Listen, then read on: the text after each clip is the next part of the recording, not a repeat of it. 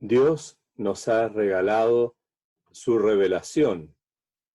Ahora al hombre le toca acoger, recibir esa revelación, lo cual supone entenderla. Ello implica ciertamente la interpretación. Lo básico para interpretar, para entender un texto, es la traducción, eso es lo primero. Pero ya con ello está avanzada una parte, no todo. Ciertamente que ya con una traducción, una persona sencilla puede sacar provecho de ese texto, puede aplicarlo a su vida y en el caso de la Sagrada Escritura lo puede llevar a la salvación, a la santidad, porque la Sagrada Escritura no fue dada solamente para entendidos, eruditos, sino también para personas sencillas.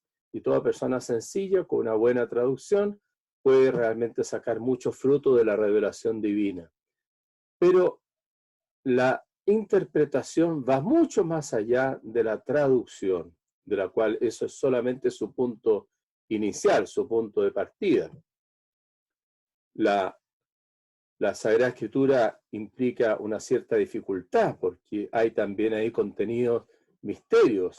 Como dice la segunda carta de Pedro, hay en ella cosas difíciles de entender. Entonces, si en todo texto hay un problema de comprensión de lectura, y en toda, no solamente los textos, en toda comunicación, hay un problema, un desafío, y existen los malos entendidos que marcan la historia humana. Entonces, ciertamente que con mayor razón, en el caso de la Sagrada Escritura, donde se contienen enseñanzas mucho más profundas y sublimes, como son misterios sobrenaturales. Entonces, existen peligros de la comprensión, malas comprensiones, dificultades de comprensión. Jesús dice en Marcos 12:24, ¿acaso no estáis en un error precisamente por no entender las Escrituras ni el poder de Dios? De eso se trata hoy día, de poder evitar ese error de comprensión que trae tantas consecuencias negativas. Las dificultades pueden venir de distintos problemas, de distintas situaciones. Una puede ser porque un texto mismo contiene palabras o términos difíciles de entender. Una segunda dificultad puede ser, o causa de problemas, puede ser por no considerar el texto en su contexto próximo, que es el párrafo o el libro del cual forma parte. Una tercera dificultad puede provenir de no considerar la época de la cual brotó ese texto. Esa época tiene una manera de ser, unas costumbres, unos acontecimientos que de alguna manera forman un aire común que se expresa en cada texto originado en esa época. Y si uno no toma en cuenta la época, evidentemente que puede caer, por ejemplo, en anacronismos, proyectar hacia una época determinada cosas o situaciones que son características de otra época muy, muy posterior. Otro problema puede estar en no considerar el género literario, porque nosotros al expresarnos, al comunicarnos, pues elegimos primero un idioma, un lenguaje, pero también elegimos un género literario. Y hay distintos géneros literarios. No es lo mismo hablar, por ejemplo, en un género literario legislativo, que es promulgación de leyes, o narrativo, narrar una historia, un cuento, o un himno, ¿no es cierto?, un poema. Son géneros literarios diferentes. Y si uno no considera el género literario en el cual se está expresando un texto, claro, evidentemente que eso lo lleva a graves extravíos. Otro problema puede deberse a la proyección de la subjetividad. Este es un problema que ha tomado mucha actualidad en la filosofía hermenéutica moderna, donde se analiza en profundidad la relación sujeto-objeto y cómo de alguna manera el sujeto que conoce puede condicionar o proyectar su situación hacia el objeto conocido. Entonces, lo conocido, no siempre es puramente objetivo. Y bueno, en el caso de la Sagrada Escritura, evidentemente que lo subjetivo es muy importante, porque es una persona creyente que se abre a la revelación de Dios, y en esa revelación hay una amistad, y bueno, naturalmente que en la lección divina, en la meditación, uno puede preguntarse qué significa esto para mí, pero no basta eso, no basta llevarlo todo al servicio del yo, a qué es esto para mí, sino que cuando uno escucha a otra persona, debe preguntarse ante todo, bueno, pero eso que dice, ¿qué significa para él? ¿Cuál es, de alguna manera, ese fondo interior, de donde brota esa afirmación? Y en el caso de la Sagrada Escritura, ¿qué significa esto que ha dicho Dios? ¿Qué significa esto para Dios? Entonces eso es más profundo, aunque no excluye la consideración de lo que significa para mí, pero evidentemente que hay que complementarla con esa consideración más amplia. Bueno, por eso es tan importante atender a la globalidad de la revelación, porque un texto sacado de la globalidad, aun cuando sea algo muy hermoso y profundo, como puede ser un pedacito de una gran, maravillosa pintura o un extraordinario pintor, pero claro, ese pedacito, aunque yo lo mire al microscopio y descubre la genialidad maravillosa que el pintor expresó en ese centímetro cuadrado, pero ese centímetro cuadrado solamente adquiere pleno sentido y plena comprensión ubicado en el conjunto global de toda la pintura, en este caso la Sagrada Escritura. Cada texto de la Sagrada Escritura solamente adquiere sentido dentro de la globalidad de toda la revelación. Bueno, por eso es que es tan importante estudiar tener las actitudes adecuadas para una buena comprensión, y esas actitudes adecuadas son ante todo fe, porque en el caso de la Sagrada Escritura se trata de un texto inspirado, entonces lo primero que debe tener un exégeta es conciencia de que a través de ese agiógrafo determinado, llámese Isaías, Mateo, como se llame, pero detrás y por encima y a la base de todo y a la raíz de todo está Dios, está el Espíritu Santo. Entonces lo primero es tener fe, porque si no se tiene fe en que es un texto inspirado, en que es palabra de Dios, entonces claro, ya se desintegra la unidad total de la Escritura y se cae en una exégesis fragmentada, desintegrada y por lo tanto reduccionista. Hay además que profundizar, hay que estudiar, entonces es tan importante la virtud de la estudiosidad, ¿no es cierto?, esa inteligencia para poder entrar a fondo y perseverar profundizando, como quien quiere sacar agua de un pozo y tiene que cavar y cavar cada vez más profundo. En definitiva, se trata en la exégesis de algo que tiene tremendas consecuencias, ¿no? Ya las palabras, cuando hablamos de exégesis y hermenéutica, que son la palabra exégesis, una palabra griega, que significa narración, relato, explicación, comentario, interpretación, traducción. Bueno, y viene del verbo exegeomai, que es contar, narrar, dar a conocer, explicar, comentar, revelar. Y un exegetes, un exégeta, bueno, es un guía, un conductor, un intérprete, por ejemplo, intérprete de sueños, en fin, alguien que comunica o aclara, un vocero, en fin. Y por otro lado está el concepto de hermenéutica, la hermeneia, ¿no es cierto? La palabra griega hermeneia es interpretación, explicación, traducción. Todos estos términos están en la Sagrada Escritura también y en la tradición filosófica griega. Ahí en la hermenéutica está de alguna manera subyacente esta mitología de Hermes, ¿no es cierto? Así, dentro del politeísmo griego, de los dioses del Olimpo. Ahí, claro, una cosa era Zeus, ¿no es cierto? Ya un dios superior, y existía Hermes, que era un dios mensajero, como Mercurio en la tradición latina, que transmitía, que llevaba los mensajes celestiales a los hombres. Entonces de ahí viene la hermenéutica, ¿no es cierto?, de esa comunicación de lo divino, ¿no? Bueno, entonces la hermeneia, ¿no es cierto?, la interpretación, la explicación, la traducción, ¿no?, del verbo hermeneuo, interpretar, traducir, explicar, y con todos los compuestos, porque está también el verbo methermeneuo, como una meta-hermenéutica, pero es en el fondo traducir, llevar a otra lengua. O diermeneuo, interpretar, explicar, traducir.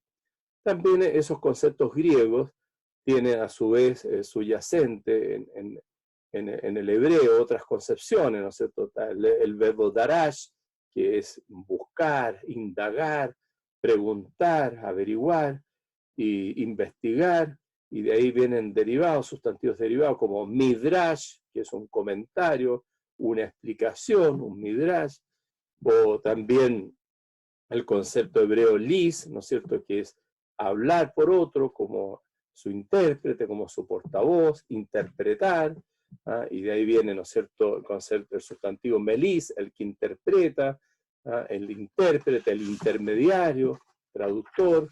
También el concepto patar, el verbo patar, el verbo hebreo patar, interpretar, y de ahí viene pitarón. Pitarón es una interpretación, dar a conocer el sentido oculto de algo.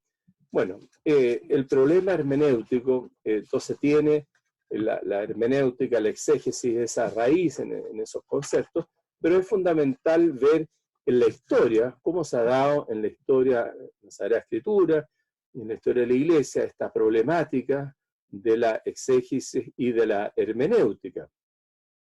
El tema entonces es, hay un texto que es palabra de Dios y que desafía nuestra comprensión, y así como Felipe cuando se acerca, según narra el capítulo 8 de los Hechos de los Apóstoles, se acerca Felipe, el diácono Felipe, al eunuco etíope, y que iba leyendo la Sagrada Escritura, iba leyendo Isaías 53, ¿no es cierto?, sobre el cordero llevado al matadero, que se da en expiación. Y entonces Felipe le hace una pregunta fundamental: ¿entiendes lo que vas leyendo? Claro, porque entender, o sea, realmente entiendes. Y claro, y el eunuco etíope le pregunta: ¿cómo puedo entender si nadie me lo explica? O sea, necesitamos a que alguien nos explique, un intérprete, una hermeneuta.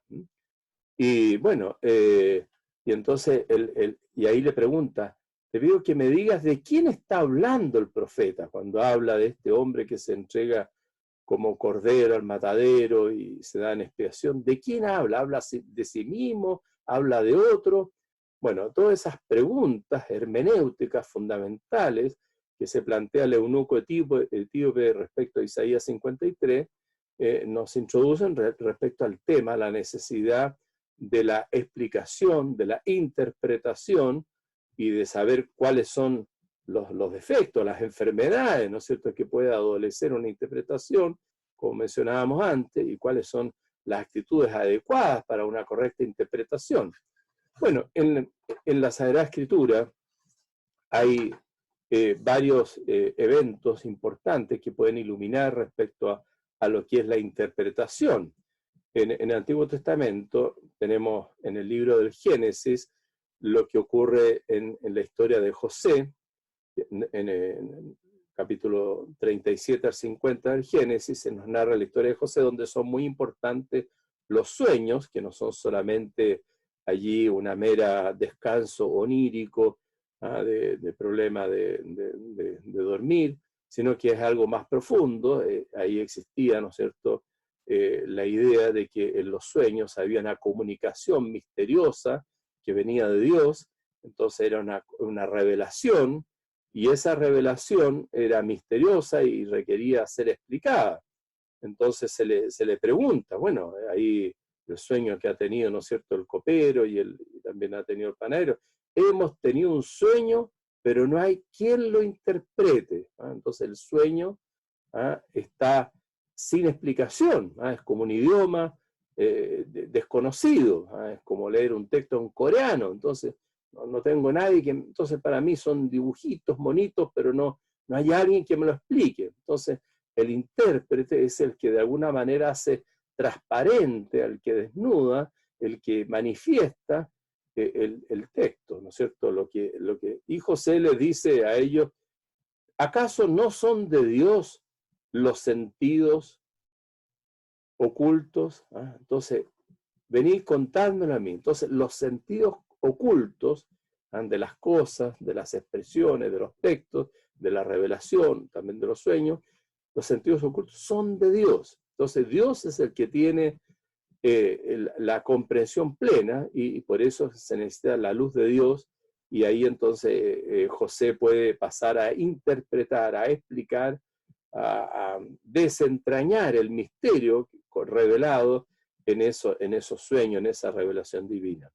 Bueno, otra situación hermenéutica interesante es la que ocurre con Esdras en tiempos posexílicos, en el siglo V, más o menos, cuando están los judíos, ¿no es cierto?, ya regresados a su patria, a su tierra, y ahí entonces se reúnen en una asamblea litúrgica y se hace una lectura de la palabra de Dios, muy solemne, narra el libro de Nehemías en el capítulo 8, Esdras leyó en el libro de la ley de Dios, aclarando e interpretando el sentido para que comprendieran la escritura. Qué hermosa misión que hace Esdras.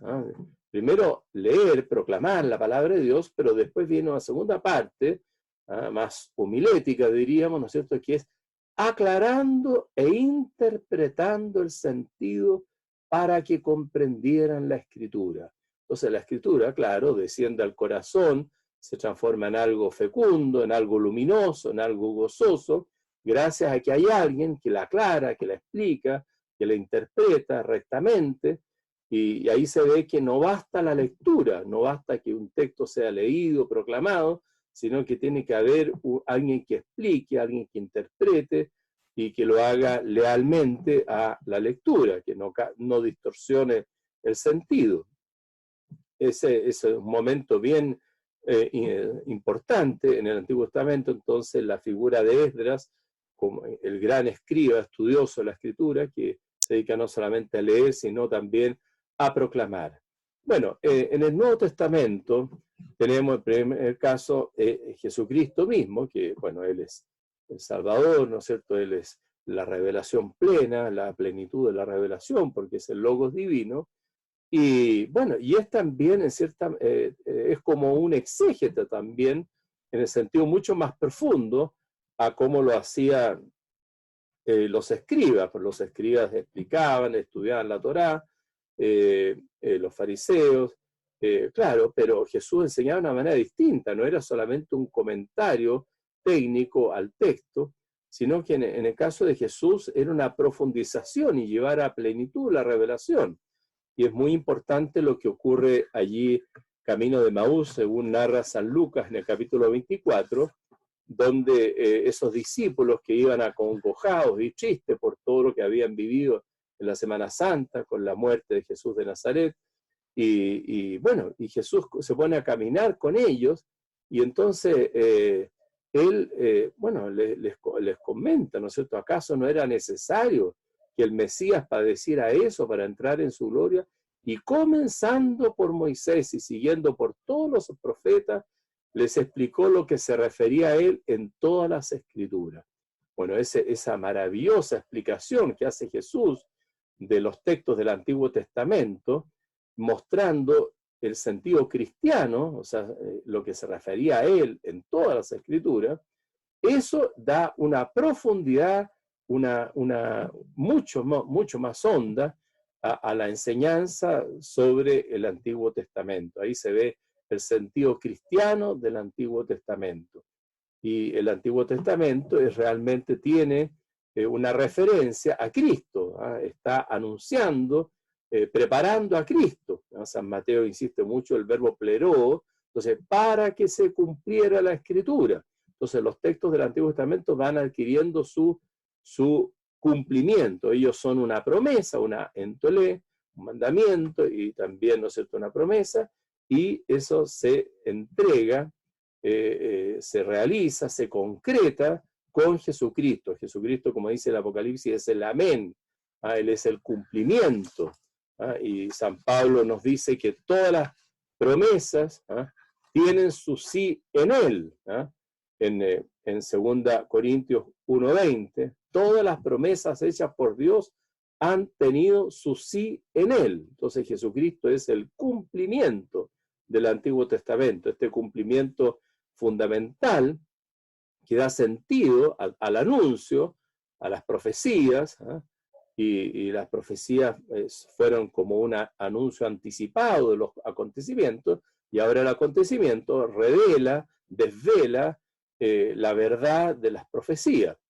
Y si uno tiene a Cristo, entonces tiene la luz también del Antiguo Testamento. Y si prescinde de Jesucristo, el Antiguo Testamento queda envuelto en oscuridad. Es lo que dice San Pablo en la segunda carta a los Corintios, en 3,14, dice, se embotaron sus inteligencias.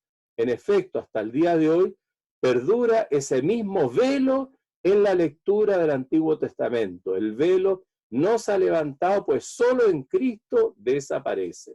Entonces la imagen de ese velo, de esa cortina, que en el Templo de Jerusalén separaba el atrio común de la gente al Santo de los Santos, donde solamente entraba el sumo sacerdote una vez al año, bueno, y esa cortina impedía ver, ¿no es cierto?, ver el Arca de la Alianza, ver a Dios, en definitiva.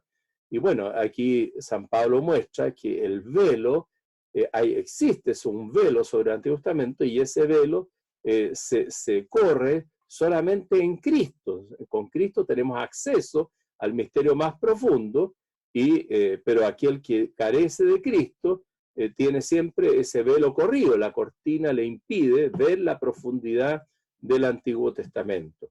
Por eso es que el Antiguo Testamento tiene sentido cristiano, sentido cristiano que hay que explicar, y en eso consiste la exégesis, ¿no es cierto?, del Antiguo Testamento. San Pablo, en la primera carta a los Corintios, en el capítulo 10, haciendo memoria de lo que pasó en el Éxodo, en el paso del Mar Rojo, el viaje por el desierto que hicieron los israelitas en la tierra prometida, y todo lo que pasó ahí en el desierto, el maná, el agua de la roca, en fin. Y dice San Pablo que esos hechos, todas estas cosas, sucedieron en figura para nosotros. Entonces, el concepto figura, tipos, que significa que los acontecimientos del Antiguo Testamento eran figura, o sea, eran un anuncio hecho una realidad anunciante, era figura de otro acontecimiento posterior que se iba a dar con ocasión de la venida del Mesías. Entonces, todos esos acontecimientos del Antiguo Testamento, para ser entendidos, no basta estudiarlos en sí mismos, sino que hay que considerarlos en el conjunto global de la revelación total para ver de qué son figuras, de qué son tipos. Y a su vez, el acontecimiento del Nuevo Testamento que hace realidad esa figura, ese acontecimiento es el antitipo, como dice Pedro, la segunda carta de Pedro, ¿no es cierto? En 2 Pedro 3, habla de los antitipos, que son los acontecimientos del Nuevo Testamento, que son los que concretan, que cumplen la figura, lo que estaba indicado en el Antiguo Testamento. En la Sagrada Escritura, por eso, es fundamental la distinción entre Antiguo y Nuevo Testamento, o sea, esa distinción entre anuncio y cumplimiento, y no se puede hacer exégesis del Antiguo Testamento, de cualquier texto del Antiguo Testamento, sin ver cómo eso se conecta, se ve en el Nuevo Testamento, porque ahí está el cumplimiento. Bueno, también hay en la Sagrada Escritura textos que tienen un metasentido, un sentido metaliteral, más allá. Este es el concepto que el Nuevo Testamento habla de alegoría. San Pablo en la carta a los Gálatas, en el capítulo 4, hablando de la alianza y cómo Abraham tuvo dos hijos, una de la esclava, otro de la libre, ¿no es cierto? Porque tuvo un hijo, ¿no es cierto?, nacido de la esclava Agar, y luego otro hijo, Isaac, nacido de su esposa, de Sara.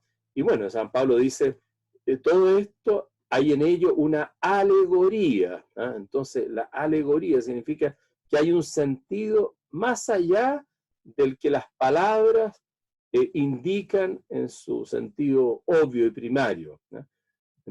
La Sagrada Escritura por eso requiere un esfuerzo de interpretación y la comprensión de la globalidad de la Escritura para poder captar ese sentido supraliteral, porque en definitiva siempre hay que reconocer que el hecho de la inspiración, o sea, en la base de la exégesis está la inspiración. ¿En qué sentido? Que solamente si uno acepta que la Biblia, que todos los libros de la Biblia, que todas sus partes son inspirados, tienen a Dios por autor, y que el autor humano es un instrumento del autor divino, entonces ahí uno puede entender que los textos tienen no solamente el sentido que alcanzó a entender el autor humano, los sentidos que alcanzó a percibir el agiógrafo, sino que también existe la posibilidad de que haya otro sentido más profundo que le quiso dar Dios, y que ese sentido más profundo, para poder acreditarlo, porque hay que demostrar que tiene ese sentido más profundo, que no es una atribución ficticia, ¿no es cierto?, sino que realmente lo tiene, y para eso hay que considerar a partir de la globalidad de la revelación. Bueno, en la historia de la hermenéutica, en la historia de la exégesis bíblica, entonces es un hito fundamental lo que la propia Biblia enseña sobre la exégesis, y eso es lo que hemos visto en el Antiguo Testamento, especialmente con la historia de José en Génesis y con la historia de Esdras en el Antiguo Testamento. También hemos visto cómo el Nuevo Testamento ilumina la interpretación, tal como lo hemos visto en lo que Jesús mismo conversa con los discípulos de Maús, en lo que San Pablo enseña en las cartas a los Corintios, y en lo que también indica la segunda carta de Pedro. Bueno, también la posteridad, la tradición, la historia de la Iglesia, nos va viviendo la historia de la exégesis, situaciones que son muy importantes, ¿eh? Entre los padres de la Iglesia, o sea, estamos hablando de autores cristianos que escribieron obras cristianas entre los siglos I al VIII, los padres de la Iglesia, que hay algunos más antiguos, padres apostólicos, después los padres apologetas griegos, después los padres de la Edad de Oro, ¿no es cierto?, siglo III, después de los grandes padres de la Iglesia, siglo IV, en fin. Bueno, en todas las épocas, todas las etapas de la patrística, del estudio de los padres de la Iglesia, el cristianismo fue realizando una exégesis, una interpretación de la Sagrada Escritura, primero de manera muy simple y oral en las homilías, que en toda liturgia siempre se lee la palabra de Dios y luego se explica. Entonces, en toda liturgia, desde los primeros siglos de la Iglesia, siempre ha habido exégesis, ha habido interpretación sencilla, de manera oral, a los fieles presentes en la reunión, en la Eucaristía, en la reunión litúrgica, pero también en los libros. Los libros tienen normalmente una orientación práctica y generalmente están destinados al pueblo sencillo. Entonces hay una enseñanza bastante sencilla, pero bien fundada en la Sagrada Escritura, y eso también es exégesis que hacen los padres de la Iglesia. Bueno, en ese tiempo, en los primeros siglos, hubo algunos problemas exegéticos que perjudicaron, por ejemplo, lo que fue Marción, siglo II, que excluyó el Antiguo Testamento, y entonces él, como era antijudío, entonces se quedó sin el trasfondo veterotestamentario que permite comprender el Nuevo Testamento. Y eso, claro, es una mutilación exegética grave. Por otra parte, está lo que ocurrió con el gnosticismo en el siglo II, que es una corriente muy sincretista, donde está muy contaminado el pensamiento cristiano por ideas no cristianas, procedentes de religiones extracristianas, filosofías extracristianas, que en ese sincretismo eran todos integrados en una fusión, amalgama. Y bueno, ahí claro, se quedó muy, la exégesis gnóstica quedó muy, muy infestada por estos factores intrusos totalmente ajenos a la comprensión bíblica, porque evidentemente que se estaban metiendo cosas que no tenían directa relación con los textos sagrados. Y San Ireneo, que fue el mejor autor del escritor cristiano del siglo II, explicó, dio los principios para una recta exégesis, y como siempre hay que aclarar los textos oscuros desde los claros, y no a la inversa, pretender desde lo oscuro avanzar hacia lo claro.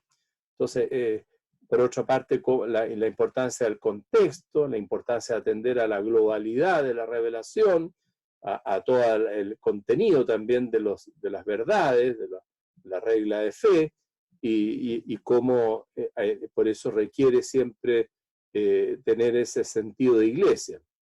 Bueno, los padres de la iglesia, entre los padres de la iglesia, es muy interesante para la historia de la exégesis esta cierta contraposición que surgió entre la escuela de Alejandría y la escuela de Antioquía.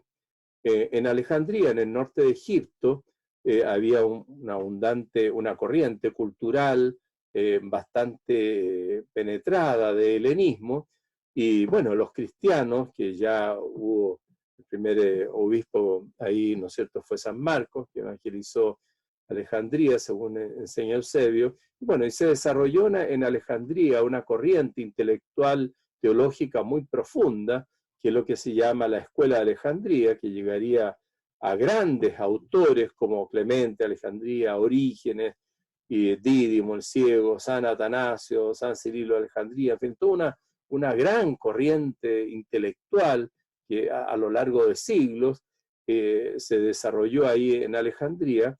Y Alejandría estaba muy marcada por el pensamiento griego de Platón, en donde para Platón el mundo de abajo se entiende como sombra del mundo de arriba, del mundo celestial, del mundo de las ideas. Entonces lo que hay abajo son las sombras, y por eso todo lo de abajo, todo lo terreno, es símbolo, y por eso se desarrolló ya en el pensamiento filosófico griego esta corriente alegórica, esta exégesis alegórica, que tiende a ver en todo lo terreno y en todo texto alegoría de misterios más altos, más profundos, más celestiales, y eso se aplicó a la exégesis con estos grandes autores que fueron Clemente y sobre todo Orígenes. Entonces ellos desarrollan el método alegórico, y Orígenes especialmente, que ha sido de los más grandes genios de la exégesis en la historia de la Iglesia, con sus homilías, con sus libros de comentarios bíblicos, con sus escolios, con las hexaplas para poder reconstruir el texto original, una crítica textual realmente notable, y cómo la preocupación que tiene fijarse en el texto griego de las 70, de Teodosión, de Símaco, y también el texto del trasfondo hebreo, en fin. Entonces, y como en el tratado de Principios de Periarjón, Orígenes en el siglo III ya nos dio como el primer tratado de hermenéutica, y ahí explica cuáles son los principios interpretativos que tienen que regir siempre la exégesis de la escritura. Bueno, algo distinto, contrastante a la escuela de Alejandría ocurrió en la escuela de Antioquía, en Antioquía de Siria. Ahí el filósofo e inspirador remoto ya no era Platón, sino era Aristóteles, y en la visión aristotélica, entonces es más bien mirar hacia abajo, hacia lo terreno, y descubrir cómo lo de arriba está presente en lo de abajo. Entonces, es la idea en el mundo, ¿no? No como Platón, que veía el mundo en la idea y que había que levantar los ojos hacia lo alto para ver cómo remontarse, ¿no? Bueno, en el caso de Aristóteles es pensar a lo empírico, a lo concreto, a lo visible, a lo tangible, a lo positivo, y entonces se desarrolló una corriente exegética mucho más cauta respecto a posibles, digamos, vuelos alegóricos, y más centrado en lo concreto, en lo que dice el texto, en la gramática, en la historia, en los acontecimientos, cuáles fueron, de qué manera fueron, en todo lo textual, en fin. Entonces surgió también otra corriente de estudiosos que no fueron tan renombrados como los de Escuela de Alejandría, pero igual destacan ahí, ¿no es cierto?, Diodoro de Tarso, Teodoro de Mopsuestia, que tuvo su cierto extravío teológico, y el más grande, un gran santo, San Juan Crisóstomo, que pertenece también a la Escuela de Antioquía. Bueno, entre el tiempo de los padres de la Iglesia, junto con mencionar lo que fue la Escuela de Alejandría y la Escuela de Antioquía, hay que mencionar a los grandes padres exégetas del siglo IV y V, es decir, estamos hablando sobre todo de San Jerónimo y de San Agustín. Bueno, San Jerónimo, que fue el traductor de la Vulgata, o sea, de la Biblia al latín, que ha prevalecido en la historia de la Iglesia durante tantos siglos, y lo hizo desde los textos originales, porque él valoraba el hebreo, y entonces se fue a Israel, a Belén, ahí a estudiar bien el hebreo, y al principio los comentarios que hizo, porque escribió muchos comentarios, y los primeros comentarios, por ejemplo, el comentario al libro del Eclesiastés, o la carta a los Gálatas, o a los Efesios, esos primeros comentarios estaban muy influidos por la exégesis de Orígenes, de tipo alegórico, por la admiración que en todo Oriente se tenía a Orígenes, y bueno, y Jerónimo de alguna manera estaba influido por eso. Después ya fue adquiriendo personalidad propia, independencia intelectual, y desarrolló una propia exégesis mucho más cauta respecto a los vuelos alegóricos, y bueno, y de esa época tenemos los grandes comentarios de San Jerónimo, a los libros de los profetas mayores, profetas menores, y también dentro del Nuevo Testamento el gran comentario al Evangelio de San Mateo. Bueno, San Jerónimo hizo un aporte enorme con su estudio del hebreo, con su estudio de los textos griegos, y con la traducción, con la Vulgata. Después pasamos a San Agustín. San Agustín es muy importante como teólogo, como pensador, pero también como exégeta. Él es verdad que estuvo motivado más bien por los problemas pastorales, especialmente por la crisis que implicaba los maniqueos, el pelagianismo y la crisis donatista, y ese tipo de herejías, de problemas, ¿no es cierto?, los maniqueos que dividían el bien y el mal, ¿no es cierto?, como de una manera dualista, como en dos dioses. Eso llevó a San Agustín a estudiar a fondo el Génesis para poder iluminar, resolver la cuestión maniquea. Bueno, por otra parte, para refutar a los pelagianos, que eran voluntaristas y que negaban la necesidad de la gracia, entonces San Agustín tuvo que estudiar a fondo las epístolas paulinas, y entonces sus grandes comentarios y profundizaciones frente a los pelagianos giran en torno a una exégesis del corpus paulino. Por otra parte, también, como ya estaba la crisis arriana, que negaba la divinidad de Jesucristo, San Agustín se metió bien a fondo en el Evangelio de San Juan, y el comentario de San Juan de Agustín es extraordinario, notable. Y por exigencias de la controversia donatista, que en el fondo vaciaba la eclesiología, porque los donatistas pensaban que en particular los sacramentos tenían solo eficacia en la medida de la santidad del ministro, entonces no tenían muy claro que todo ministro de un sacramento, un sacerdote, un diácono, un obispo, en fin, era una causa instrumental y que la eficacia del sacramento estaba asegurada por la causa superior, que es la eficacia de Dios, que actuaba a través de instrumento, aun cuando fuera instrumento insuficiente y limitado, mediocre, pero Dios infinitamente poderoso. Entonces es muy importante la eclesiología, y la eclesiología está a la base ahí de la sacramentología.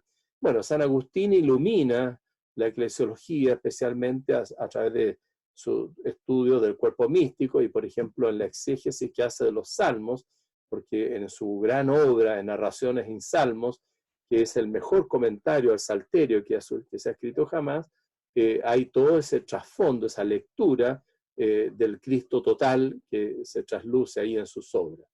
Bueno, los padres de la Iglesia son fundamentales y como enseña el Concilio Vaticano I, la Iglesia considera infalible el unánime consenso de los padres. Así que es fundamental para estudio de la exégesis estudiar a los padres de la Iglesia y ver ahí las líneas de consenso, porque eso naturalmente determina toda la teología.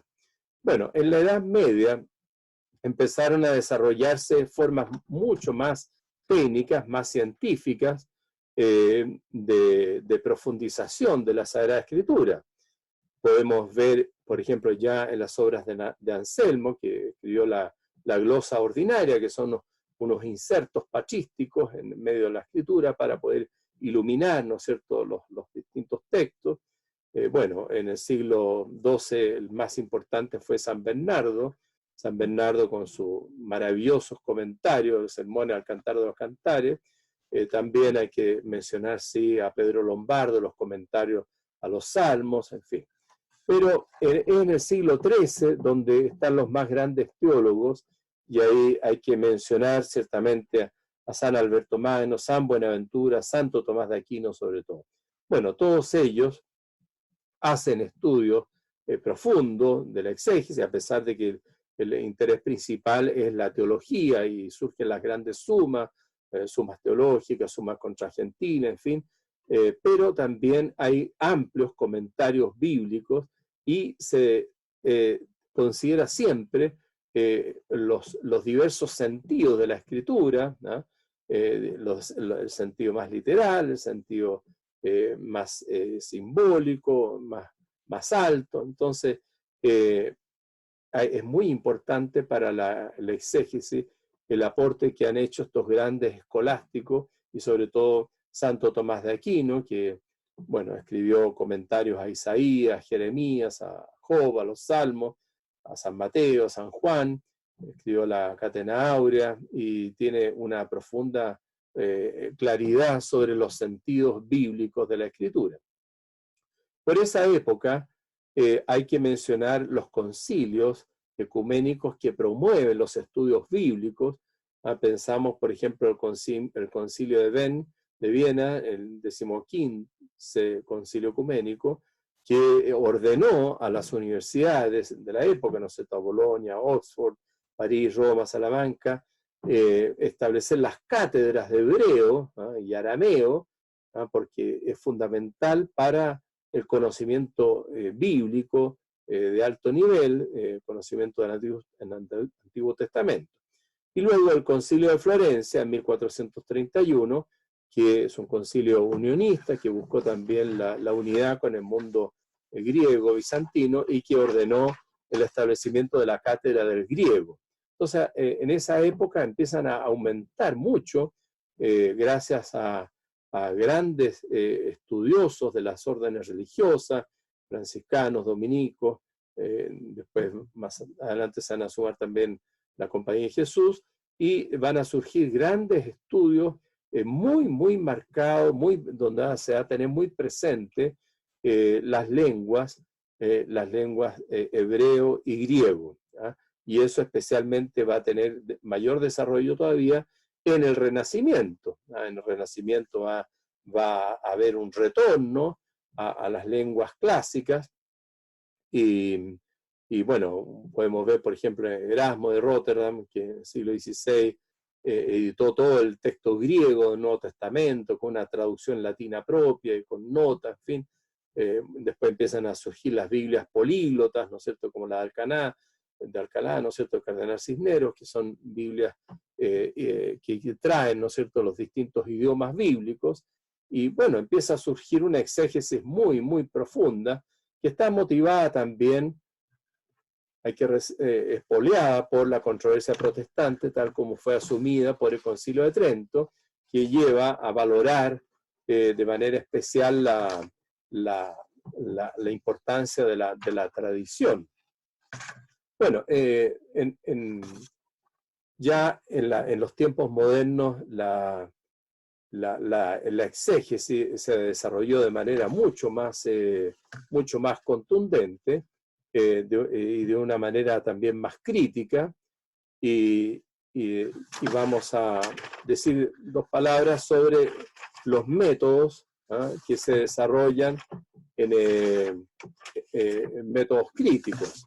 Bueno, lo primero, en los métodos de exégesis, lo primero que siempre está la crítica textual, porque evidentemente que de ningún libro antiguo se conserva el manuscrito primero, el manuscrito original, digamos, que tiene el aliento del autor, donde apoyó su codo. No, son siempre los papiros, los códices, los pergaminos que tenemos, son siempre copias posteriores, a veces varios siglos posteriores al autor, y entonces lo primero es llegar a tener el texto, y por eso es tan importante la labor de la crítica textual, que es un análisis comparativo de todos los manuscritos existentes, de todos los papiros, códices, en fin, y poder, mediante criterios muy científicos, están muy desarrollados, criterios externos, criterios internos, en fin, poder llegar a establecer cuál es el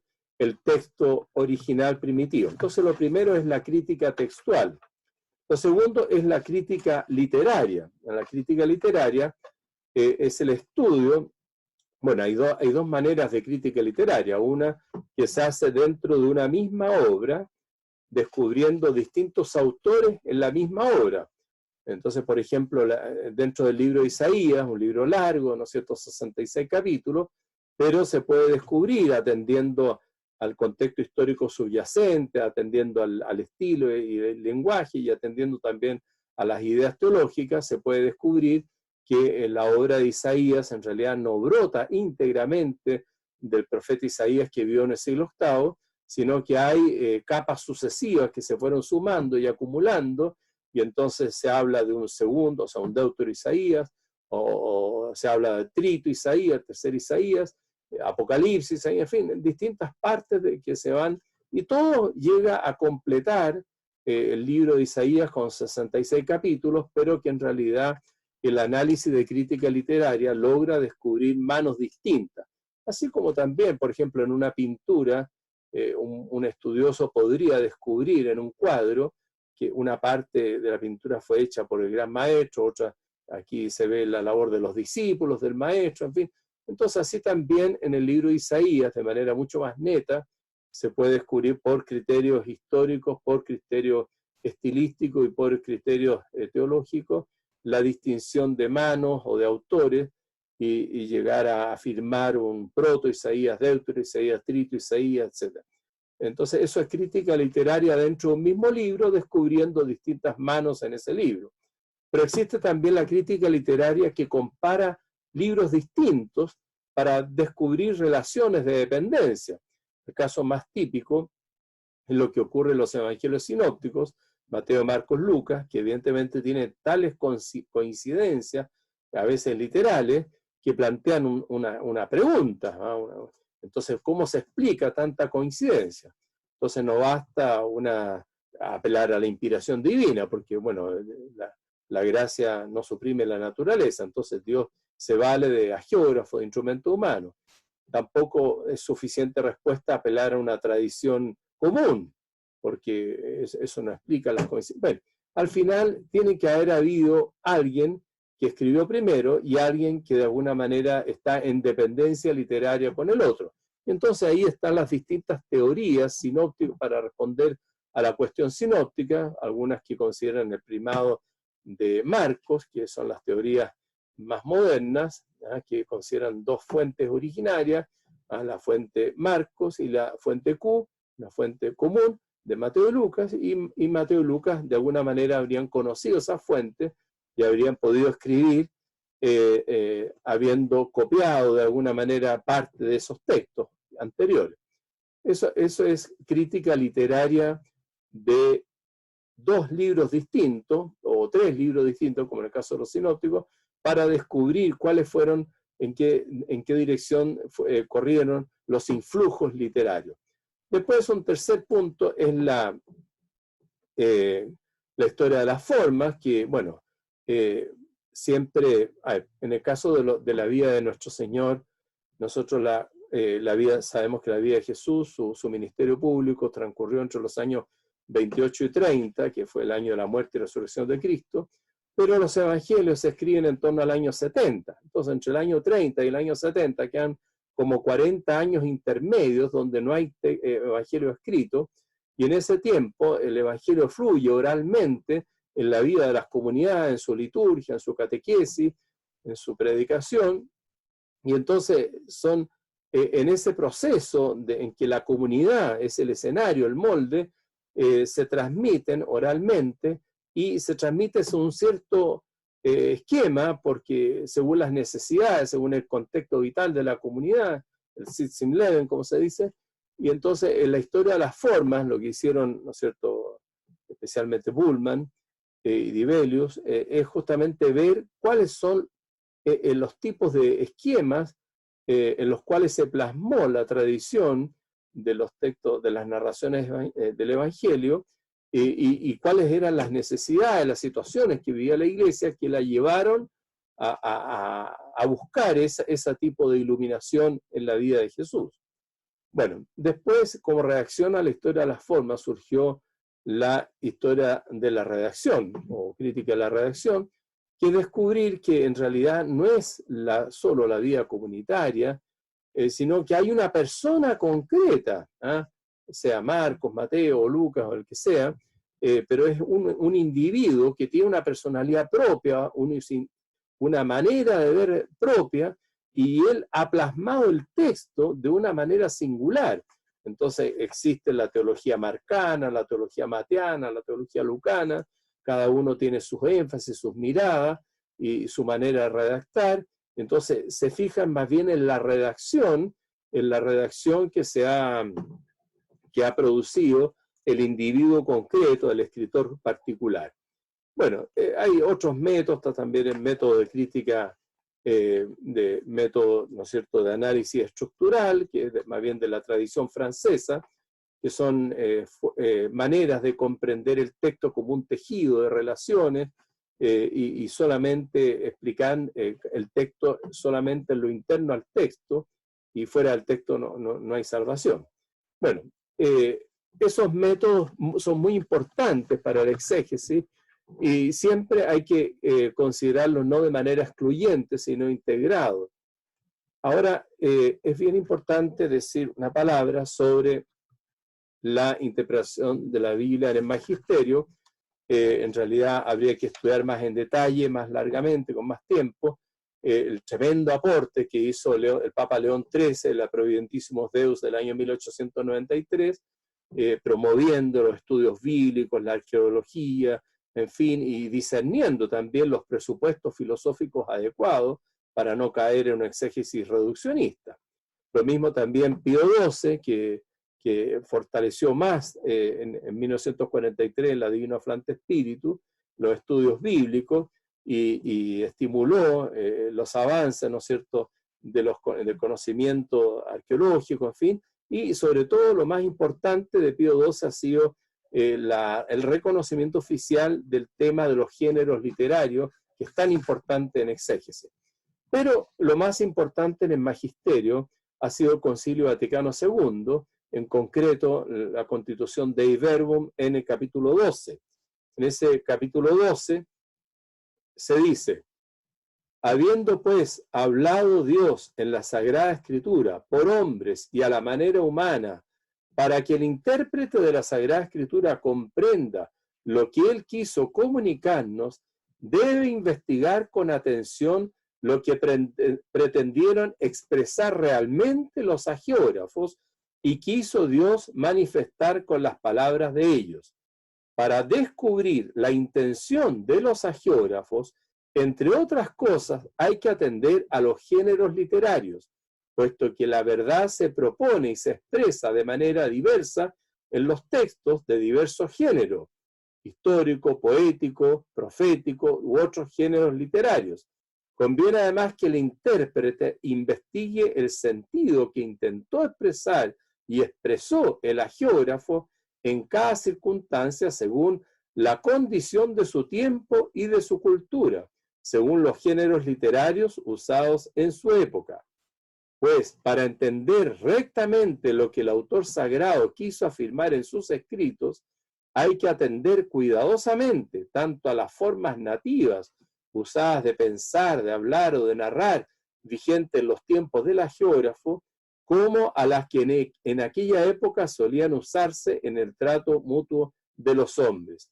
Y como la Sagrada Escritura hay que leerla e interpretarla con el mismo espíritu con que se escribió, para sacar el sentido exacto de los textos sagrados, hay que atender no menos diligentemente al contenido y a la unidad de toda la Sagrada Escritura, teniendo en cuenta la tradición viva de toda la Iglesia y la analogía de la fe.